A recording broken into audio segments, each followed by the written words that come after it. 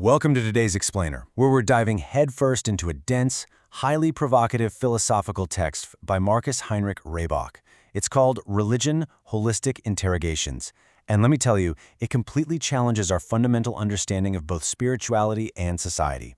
The author presents a framework that asks us to strip away centuries of dogma to examine the absolute psychological and metaphysical roots of why we believe what we believe. It's a fascinating, if somewhat controversial, journey. To make sense of this complex material, we'll follow the author's own roadmap. First, religion as mass neurosis. Then, uncovering the secret Torah. Next, the dialectic of the monad. After that, holiness as becoming whole. And we'll wrap up with living in Ma'at. Let's get right into it. Part 1. Religion as mass neurosis.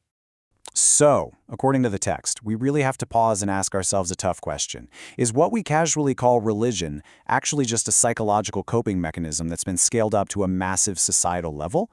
Rehbach is basically urging us to look past the beautiful stained glass and the rituals and examine the psychological machinery operating underneath it all.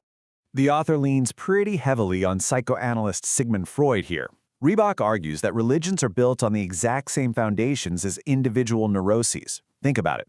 Strict prohibitions, compulsive rituals, which he actually compares to magic spells, and this ever-present fear of impending doom. It's a system designed to secure a person's salvation from a terrifying outcome that the system itself invented. Taking this a step further, Rehbach posits that these institutions essentially function as cults. How? Well, they rely on terror and fear, and they use what he calls transferred authority, basically claiming to speak on behalf of an invisible god. They employ Plato's concept of noble lies to control the masses. And the ultimate goal? The text argues this elaborate structure serves one primary purpose: to secure wealth, power, and privilege for a specialized priestly class, while keeping everyone else in a state of dependent fear. Moving on to Part 2, Uncovering the Secret Torah. Now, right off the bat, you've got to understand that this secret Torah isn't some literal physical scroll locked away in a hidden vault somewhere. Instead, it represents an underlying, authentic spiritual philosophy. Rehbach argues that this universal truth is buried inside the text of all major religions. It's heavily obscured by orthodox dogma, sure, but it's just waiting to be recognized by those who truly seek it. This essentially sets up the core conflict of the whole book.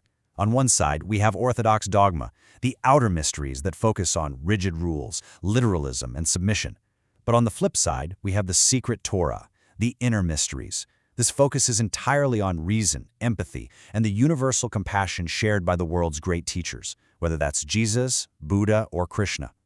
The author points out that none of these prophets demanded cathedrals or ornate robes. They appealed to observable facts and human kindness.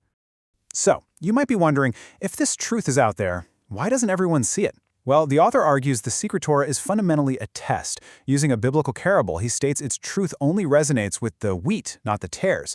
Uncovering this truth requires an internal resonance. You can't just read it, you must actually have a heart that genuinely seeks harmony and justice to even recognize the truth when it's staring you right in the face.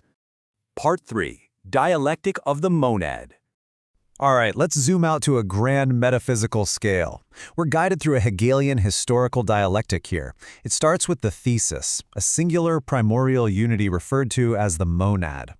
But to experience the other, this unity partitions itself. That leads us to the antithesis, our current state of individuation, multiplicity, and necessary endemic conflict. But the ultimate goal? Synthesis, a state of managed harmony where we retain our individuality but resolve our conflicts. Because we all came from a place of absolute unity where there was no other, our single separated point of view naturally projects its internal state outward. The phenomenal world we experience is literally just a mirror of our internal world. Because of this split, our separated selves tend to believe in exceptional entitlements. So the grand task for us is learning to genuinely empathize with those other partitions. To demystify all this heavy metaphysical jargon, Rehbach uses a brilliant modern analogy. He compares the monad to a computer hard drive. We are all just separate partitions on the exact same universal disk. We're essentially playing at individuation to generate a story, like a giant experience engine. The crucial takeaway is that our separation is basically an illusion, but an illusion necessary for experience to exist at all. Which brings us to Part 4, Wholeness as Becoming Whole. So how do we actually navigate this partitioned reality and reach that final stage? Well, The crucial point here is linguistic, and it completely shifts the paradigm. Reebok points out that the word holy literally derives from being whole. True spiritual growth isn't about perfectly executing rituals. It is the psychological process of healing our fractured personas. It's about dropping the masks we wear for society, accepting our true selves, and becoming authentic, undivided individuals. That which is whole is holy. The author uses a super stark juxtaposition to drive this point home. He argues that a cardinal in a grand cathedral reading dogma isn't inherently holy. Conversely, a humble cleaner scrubbing a public toilet with the genuine, selfless intention of serving their fellow human beings, that is a deeply sacred act. Holiness is determined entirely by the selfless intention behind an act, absolutely not by the wealth or status of the person performing it. Becoming whole requires raising our ethical tone, ascending what's known as the Hawking scale of consciousness. The text suggests that to reach that synthesis stage, we absolutely must move out of survival paradigms like fear, anger, and pride. We have to ascend through the frequencies of courage and willingness, moving up toward reason, love, and eventually profound peace and pure consciousness. Finally, Part 5, Living in Ma'at. Borrowing heavily from ancient Egyptian and Zoroastrian traditions, the author introduces the concept of living in Ma'at.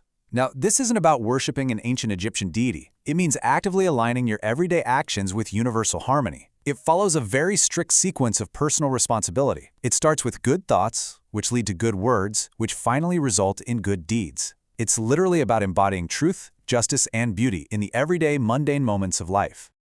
And this is definitely not a passive philosophy. The text insists that by our thoughts, the world is quite literally generated. Reebok even compares us to a 3D printer program. If you harbor negative thoughts, you encode a negative reality. We can't just intellectually understand the secret Torah or the monad, we have to embody it. We have to make our very lives a 3D printed manifestation of our highest, most selfless intentions. This explainer leaves us with a really profound challenge, a powerful form of personal accounting. What would you need to change today to align your thoughts, words, and actions with the wholeness you want to see? Are your daily actions truly reflecting the harmony of the monad, or are they just contributing to the mass neurosis? It's a massive question, one that forces us to completely reevaluate the true nature of our own reality.